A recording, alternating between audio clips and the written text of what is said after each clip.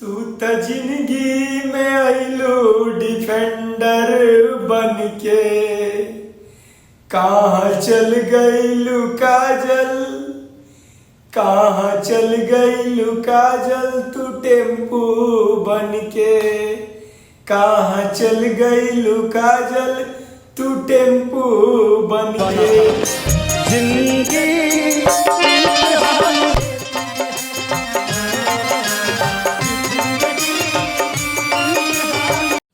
धट साला, जिंदगी इम्तिहान लेती है। 4 साल से प्यार करके और इम्तिहान करवा रहे हो।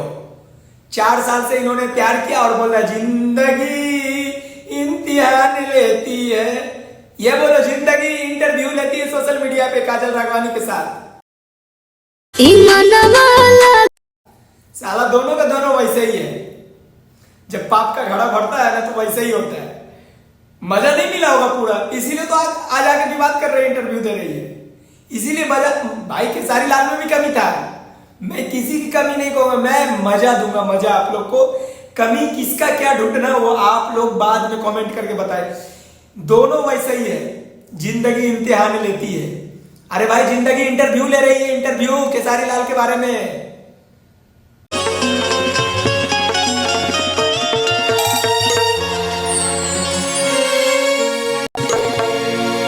लव किस, गाल पे किस दोगे ऑन द स्टेज।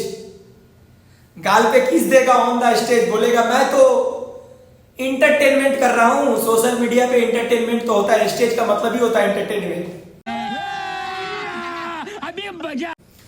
स्टेज का अगर ये मतलब होता है एंटरटेनमेंट तो आप लोग बिना वस्त्र का भी नाच लो, बोलो बाद में इंटरटेनमेंट है।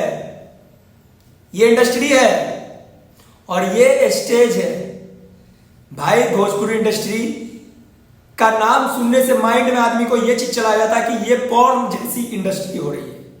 और ये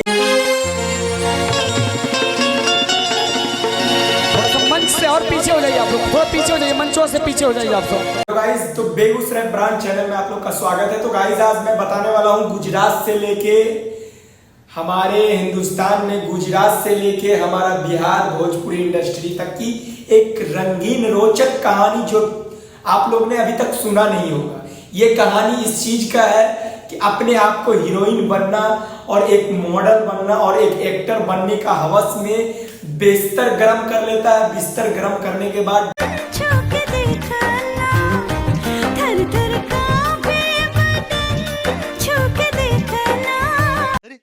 टेंशन नहीं लेने का, अपुन है ना। बेड शेयर करने के बाद इंसान जब उसको लात से ठोकर लगाता है ना, तब उसको याद आता है कि इनके साथ में मैंने काम करके गलती किया।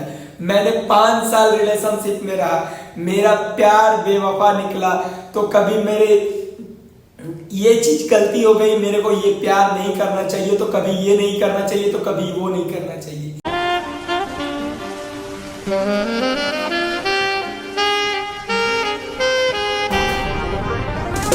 ये सब एक स्क्रिप्टेड कहानी रहता है। जब मार्केट में कुछ नया नहीं आने वाला रहता है तो अपनी इलेक्शन करने के लिए, अपनी वोटिंग करने के लिए सोचता है कि मेरे फेवर में कितना ऑडियंस है और मेरे फेवर में कौन कौन अभी लड़ सकता है। तो यही चल रहा है भोजपुरी इंडस्ट्री में। तो आप लोग को ये चीज पता है, हमारा बिग बॉस के जैसा भोजपुरी इंडस्ट्री बन गया है। तो कभी अनुपमा यादव, तो कभी काजल राघवानी, तो कभी सोना सिंह, तो कभी तूफानी लाल यादव, तो फिर कभी चिंटू पांडे, तो फिर नया कोई आने वाला होगा। अभी भोजपुरी इंडस्ट्री की सबसे रोचक कहानी और सबसे यूनिक मैटर भोजपुरी इंडस्ट्री में होता है टेम्पू और डिफेंडर। तो डिफेंडर से लेके टेम्पू तक की सफर, और टेम्पू से लेके अब किस डिफेंडर में जाके सट रही है और किस डिफेंडर के साथ फिर आने वाली है। तो गाइस मैं आज बताने वाला हूं भोजपुरी की सबसे गरम मसाला। तो गरम मसाला जो होता है ना, ये बेड शेयर खुद करता है। और जब बेड शेयर करने के बाद जब शादी कोई नहीं करता है ना, तो उसके बाद उस पर आरोप लगाया जाता है भाई कि मेरे साथ में ये किया, मेरे साथ में ये किया, मेरे साथ में ये किया, मैंने 4 साल रिलेशनशिप में रहा और उसके बाद मेरी दूरी बन गई, तो मैं मूवी करना नहीं चाहता हूँ, मैं किसी के साथ काम करता हूँ, तो उसके बाद ये लगता है। तो ऐसा रिस्पॉन्स था आपको लेकर? रिलेशनशिप ना बहुत स्ट्रांग था, तभी 5 साल चला है। आज की डेट में उनके 2-4 महीने भी नहीं चलते रिलेशनशिप्स। क्या कर रहे हैं यार तू? मजाक है। में जो ये चीज होता है ये रियल होता है। इंडस्ट्री में जान के करता है, जान के वीडियो बनाता है। जब ये इंसान देखता है कि मेरी मार्केट खत्म होने वाला होता है तो उस स्टेज में इन्होंने क्या करता है, किसी भी द्वारा अपने से छोड़ के दूसरे के द्वारा वीडियो वायरल कराना, कॉल रिकॉर्डिंग वायरल कराना, कभी कुछ वायरल करवाना, ये सब भोजपुरी इंडस्ट्री में चलता आ रहा है। पर अब जो है तो जेनरेशन वाइज चेंज हो गया है। जेनरेशन वाइज चेंज होने का मतलब समझ रहे हैं? ये मतलब है कि मेरे साथ में रिलेशनशिप रहा, भैया तुम्हारे को बलात्कार नहीं किया है, रिलेशनशिप में दोनों के मर्जी से रहे हो, अकेले तुम नहीं रहे हो। अकेला जब तुम रहती तब तुमको बोलता है कि नहीं खेसारी जी तो जबरदस्ती उनके साथ में गलत किए।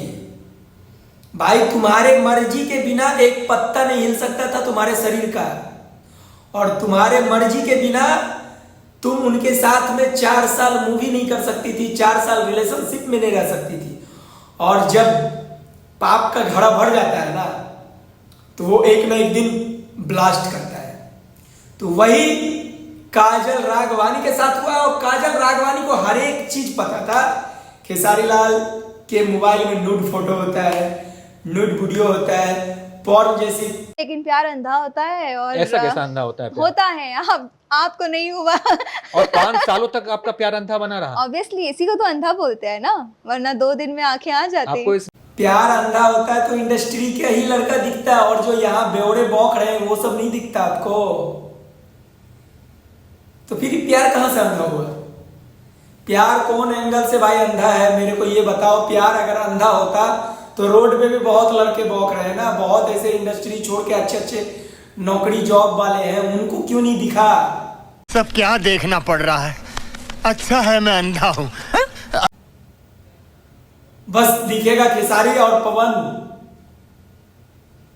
तूफानी लाल यादव, जो बड़े बड़े लेवल पे बड़े बड़े स्टार हैं, उनको हर एक मॉडल अपने आप को सोचता है, और अपने आप को हर एक लड़की सोचते हैं कि काश मेरा हस्बैंड पवन सिंह होता तो मैं पूरा ऐश करती, काश मेरा हस्बैंड खेसारी लाल होता तो डिफेंडर में मैं घूमती। ये सब भाई नौटंकी है, लड़की खुद लड़का को फंसाता है।